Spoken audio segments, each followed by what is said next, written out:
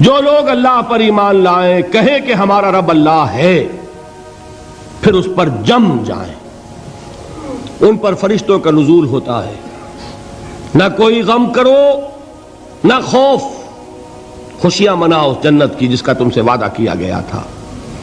اللہ کی ربوبیت پر اطمینان جب انسان کو ہو جاتا، میرا رب اللہ ہے، ربی اللہ، انسان کے لیے نہ کوئی کھٹکا، نہ کوئی خطرہ، نہ کوئی خوف، نہ کوئی حزن۔ جو کچھ ہو رہا ہے کس کے اذن سے ہو رہا ہے؟ اللہ کے اذن سے۔ اللہ کے اذن کے بغیر پتا تک نہیں ہلتا۔ یہ کوئی اندھا بہرا مادہ نہیں ہے جس سے مجھے کوئی خوف ہو۔ اندھا بھینسا چلا آ رہا ہو اس سے تو ڈرنے کا ہر انسان کو ڈرنا چاہیے، نہ معلوم کس کو ٹکر مار دے، لیکن نہیں، اس کائنات کو چلانے والا ایک سمیع و بصیر خدا ہے۔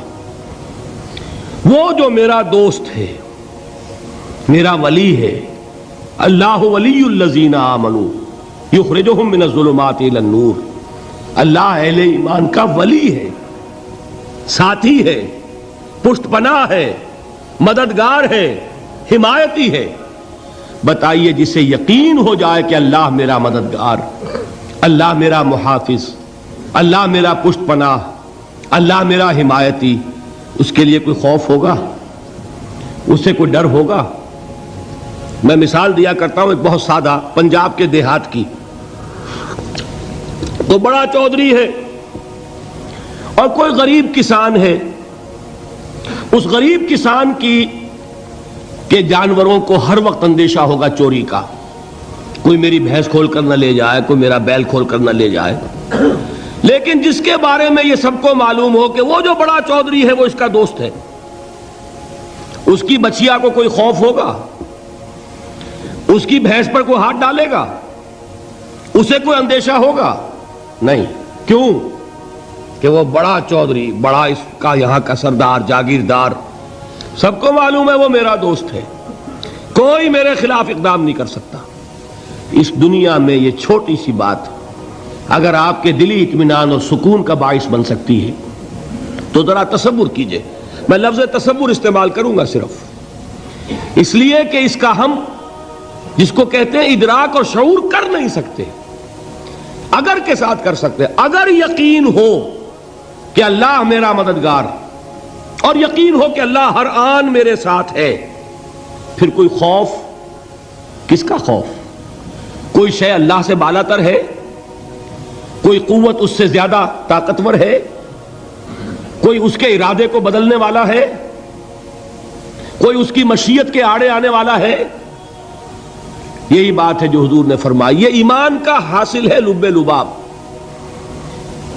کہ دیکھو اچھی طرح اس بات کو ذہن نشین کر لو، اگر تمام انسان مل کر تمہیں کوئی نقصان پہنچانا چاہے نہیں پہنچا سکتے، مگر جو کچھ اللہ نے لکھ دیا ہو، اور تمام انسان مل کر تمہیں کوئی نفع پہنچانا چاہیں نہیں پہنچا سکتے، مگر وہ شے جو اللہ نے طے کر دی۔ آپ پھر میں کہوں گا ذرا طاری کیجئے، اسے فرض کیجئے، اسے سوچئے، اگر اس حدیث پر ہمارا دل ٹھکا ہوا ہو تو کسی سے ڈر ہوگا؟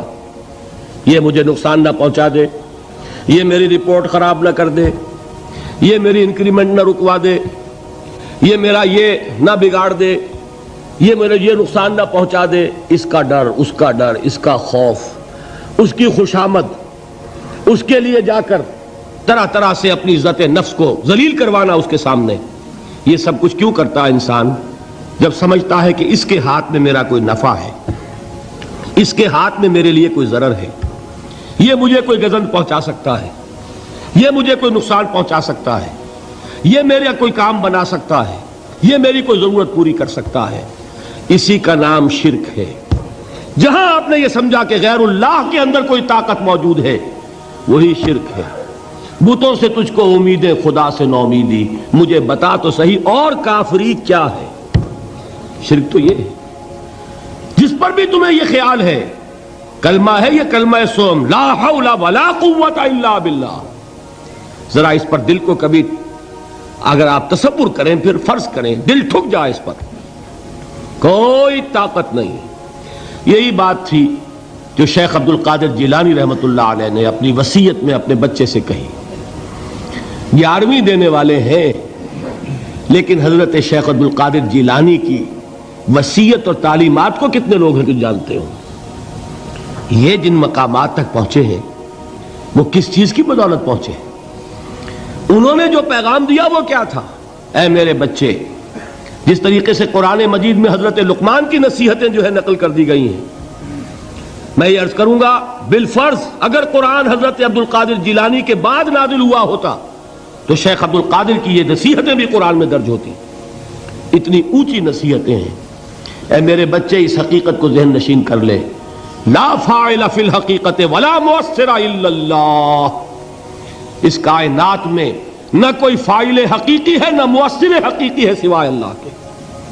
کسی شے میں کوئی تاثیر نہیں اگر اللہ نہ چاہے.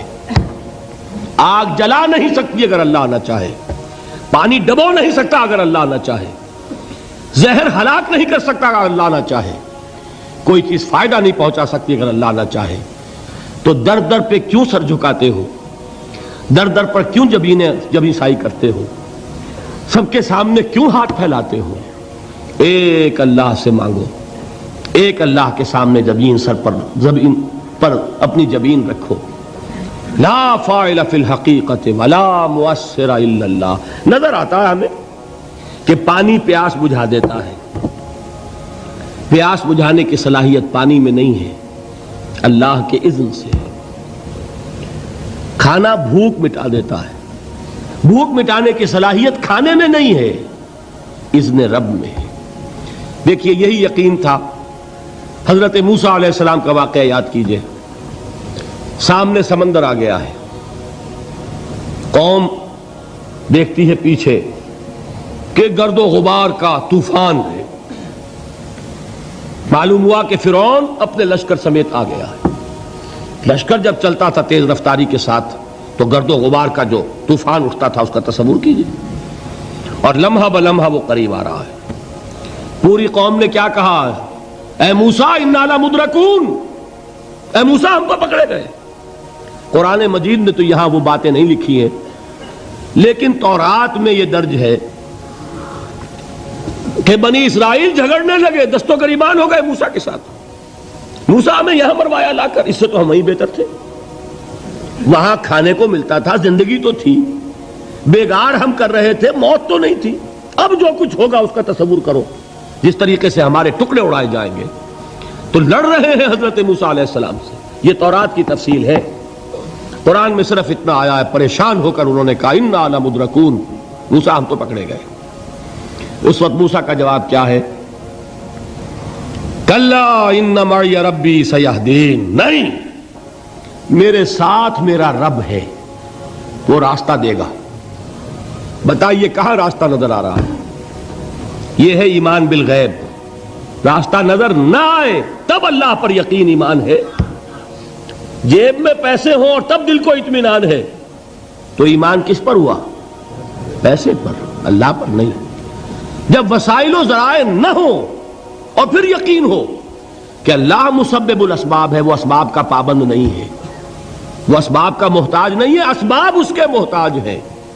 اگر یہ یقین ہے تو اللہ پر ایمان ہے. یہ نہیں ہے تو تمہارا ایمان اسباب پر ہے، وسائل پر ہے، ذرائع پر ہے، مادیات پر ہے، اللہ پر نہیں. اس وقت کہاں راستہ تھا؟ کوئی راستہ تھا؟ سمندر ہے اور ادھر سے لشکر آ گیا ہے. کلا ان معی ربی سیہدین. اب دیکھیے ایمان کہہ دینا آسان ہے، ہوا معکم اینما کنتم. جہاں کہیں بھی تم ہوتے ہو اللہ تمہارے ساتھ ہوتا ہے. لیکن اس کا یقین قائم ہو جائے تو زمین و آسمان کا فرق واقع ہو جائے.